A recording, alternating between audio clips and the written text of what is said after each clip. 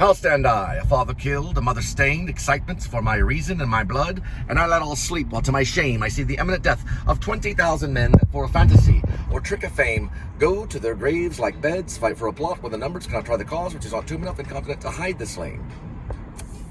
From this time forth, my thoughts be bloody, are nothing worth. From this time forth, my thoughts be bloody, are nothing worth. From this time forth, my thoughts be bloody, are nothing worth. From this time forth, my thoughts be bloody, are nothing worth. To sit in solemn silence on a dull, dark dock, in a pestilential prison with a lifelong lock, awaiting the sensation of a short, sharp shock from a chip and chippy chopper on a big black block. From a cheap and chippy chopper on a big black block. To sit in solemn silence on a dull, dark dock, in a pestilential prison with a lifelong lock, awaiting the sensation of a short, sharp shock from a cheap and chippy chopper on a big black block. Whether the weather be cold or whether the weather be hot, or whatever the weather, whether we like it or not. A big black bug bit a big black bear, and the big black bear bled blood missing. That's another blow. So with an actor, you want to be careful with placement. What does placement mean? This doesn't go here. It goes right there, right? And there's something that was right there that's very, very important. So why would you move it? Because they use them for memory device. They use it for memory device for one thing. They also use it for important things like tools and stuff that they use. So we have to be very careful with placement. And also that goes for the actor too. The actor has to be careful with placement. They use tools and stuff. There, now we have it. Very good. If they bow to me, then that means my father is dead.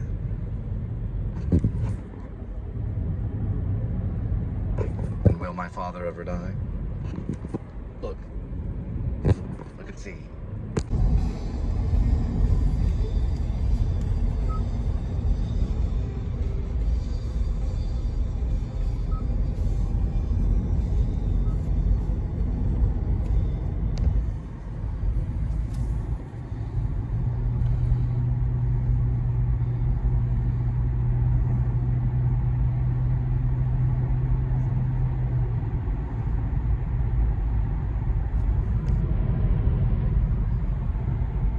That is a naval air station. It's a joint reserve base for the Navy, mostly.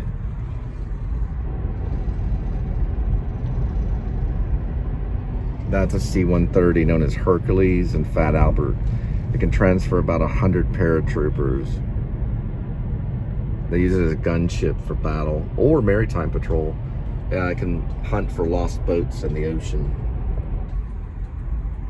Or even treasure, lost treasure. Arg! Arg, lost treasure with my C-130.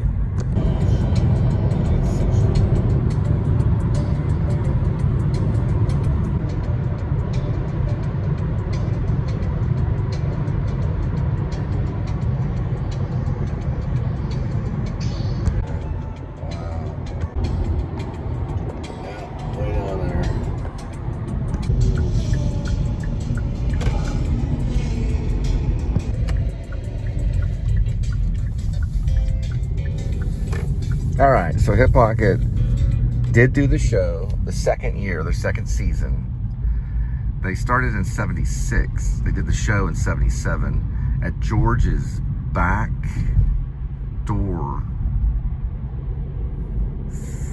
restaurant. They turned the restaurant into a little space, into like a found space, which is like a little found theater thing, just for the show only. It's called Mad Dog Blues, written by Sam Shepard, who's a Pulitzer Prize winning playwright who passed away several years ago from Lou Gehrig's disease. He also was a horrible alcoholic. Mad Dog Blues is probably talking about alcoholism, the madness of it, probably a little bit, but it mostly focuses on like this character named Cosmo and Yehudi, who like travel around through time and space, and they can go to a jungle. They can go to Frisco, Texas. There is a character called Waco, Texas, who's this old beat up guy with a broken guitar. There's also a character named Captain Kidd, who's a pirate. They're looking for gold in the jungle. There's Mae West, which is basically a version of Mae West, and Marlon Dietrich, which is another version of Marlon Dietrich. And they kind of tag along. It's kind of done to music, so it's almost a musical. So if I have to sing something, I'll probably sing, "If ever I would leave you, I wouldn't leave in springtime." And then that's pretty much all I'll do. I'm not gonna try to hit the high notes on that song. That's from Camelot. Anyway, that's what the play's kind of about. There's also a few other characters. There's a ghost girl in it. And there's another character too that is, well, Waco, Texas thinks he's Jimmy Rogers, which is a musician, almost from like the jazz age almost, or something like that, the blues age, yeah, jazz blues. And he's Sam Shepard basically talking about, no helmets or anything, talking about, Sam Shepard is basically talking about maybe blues or jazz, could be jazz too. But he ended up winning a Pulitzer for Bear Child, and he did, his best play is called True West. That one he should have won all the awards for. Mad Dog Blues was considered a disposable play, some believe. And disposable meant was plays that he wrote just to do it, or like almost like a soap opera almost, and throw it away. Some will say it's a melodrama, but it's actually an adventure show.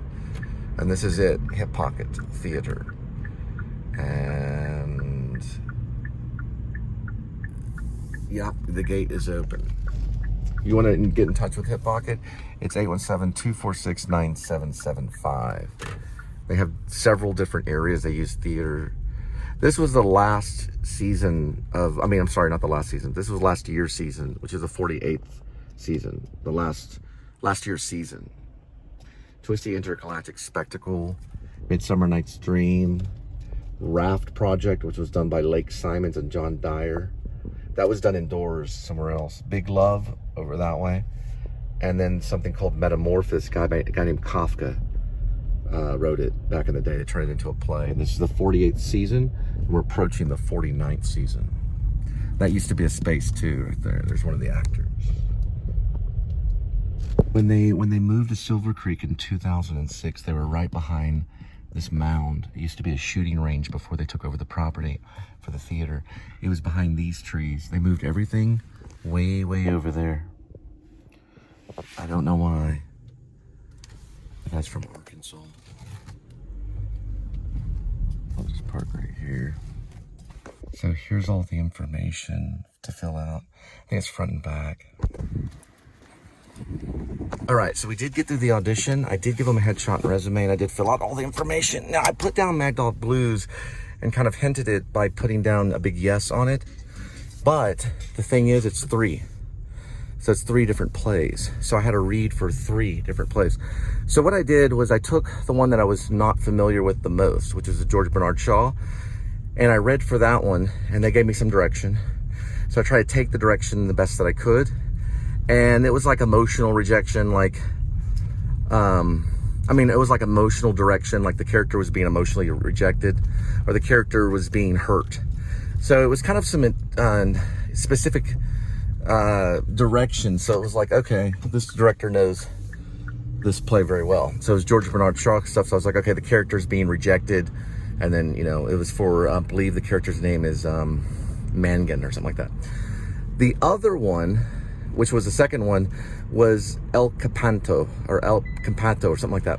It was a Commedia dell'arte piece. So I put my phone down and my keys down. So I said, okay, this is gonna be Commedia dell'arte. And I kind of showed them that I can move around. So I got up on the chair a little bit. I spread my legs. I did some like, what's it called? Commedia dell'arte. I mean, I took a power stance like they do in rock and roll and stuff. I was there for Mad Dog Blues. So by the time I got to the third one, I had already got the 2 big time overacting stuff out of the way. So I wanted to kind of get it all out of me, because that's what you can do in an audition. Then the third one with Mad Dog, I was kind of more like calm and in my body. And I started doing some like mime, because I was playing Captain Kidd. So I was doing like miming the, you know, like miming the rowing of the boat because they're lost. It looks, the Mad Dog Blues is the reason I was there. So I kind of did that one, and I felt probably worse about Mad Dog Blues, and I felt good about the other two. So it probably is opposite. That's what I've been told by a lot of directors and teachers. You feel really good about a performance, it probably means you overacted and you didn't do well. The Mad Dog Blues, I felt like, okay, maybe I pulled back too much. But then again, they're on a boat, so you have to be kind of still on a boat.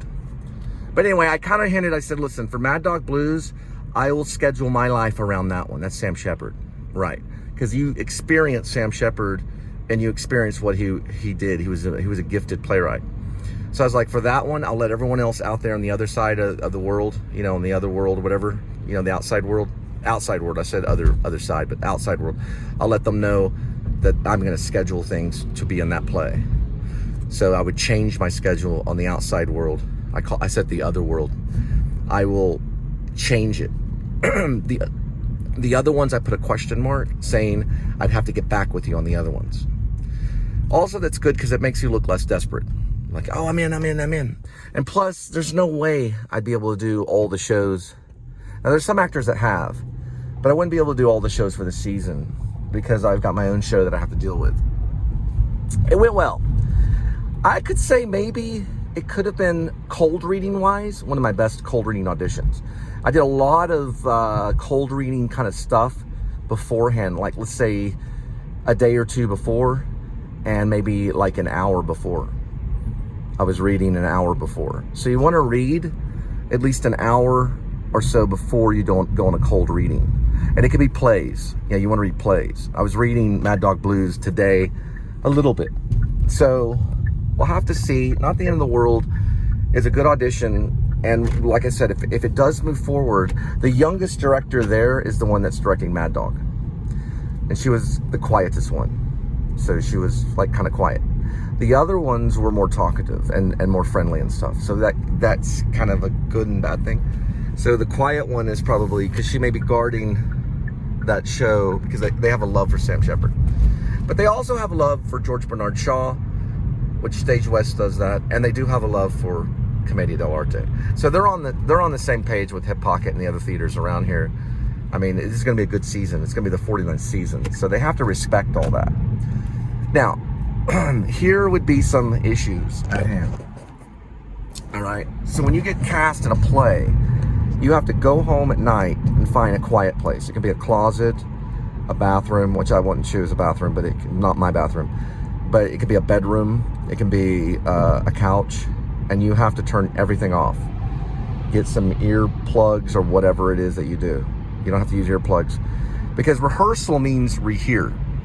It's the same thing as rehear. Rehearsal, rehear. You have to basically drill those lines into your brain and your existence. So you say those lines without any thought. Now, I did not have to do a monologue. I had a monologue prepared. So I had a Shakespeare monologue prepared. Shakespeare's very hard to forget. It can be. It was written that way to not forget. So I have one monologue. If anyone wants to ask me for a monologue, I still have one. And that's Hamlet's Act 4, Scene 4. Any other kind of monologue, I'd have to do a brush up on. And the other one I usually do is Buried Child by Sam Shepard. I do Vince. I believe his name is Vince. And he's the one where he sees his face in the rearview mirror and his father's face.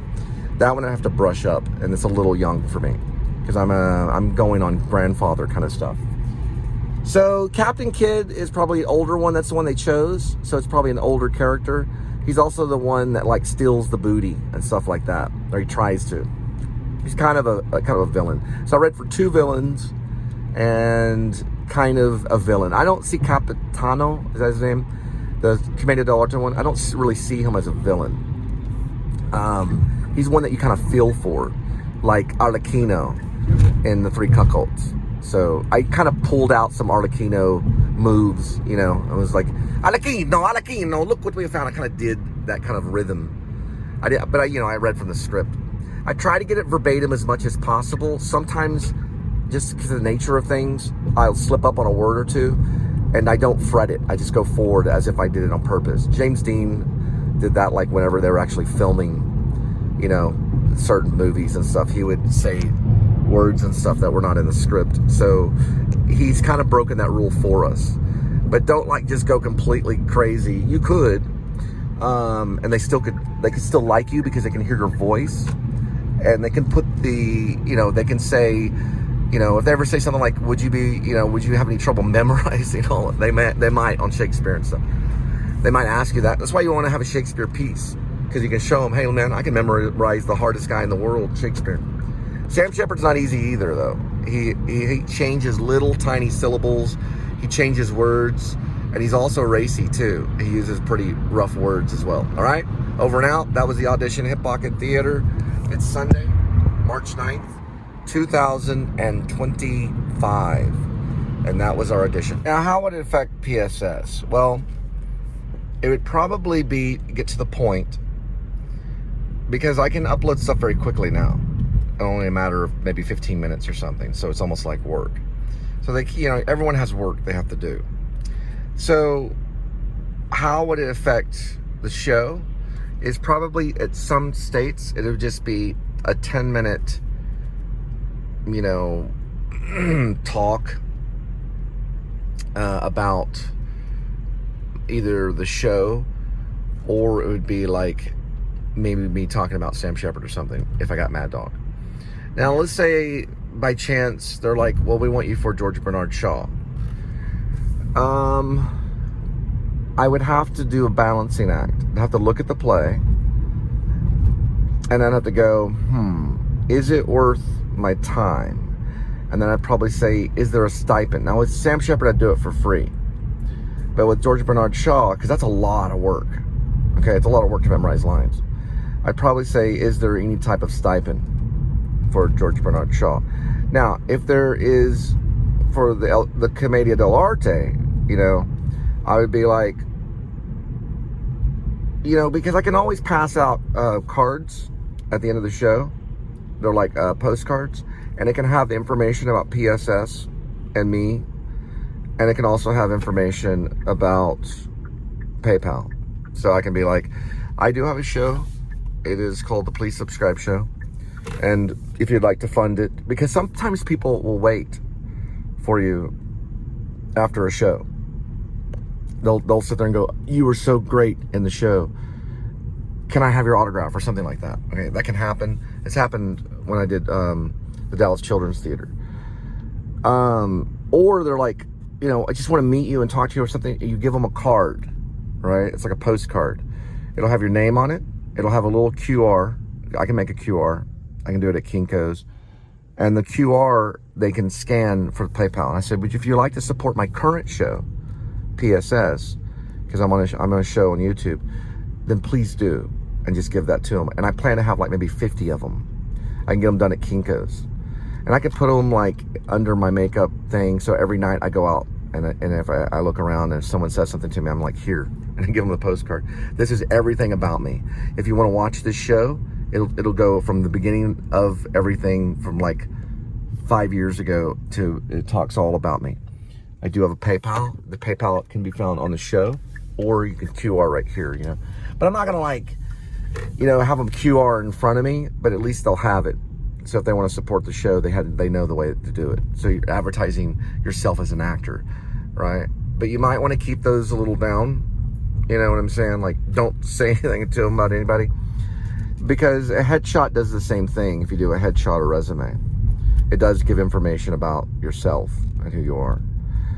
So you can do that, and I've been taught to do this kind of stuff through Dallas Travers. She's a LA coach for actors. Is that not something? And that's where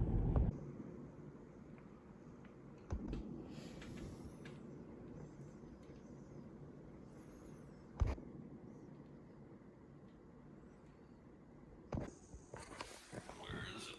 It's right there. Okay.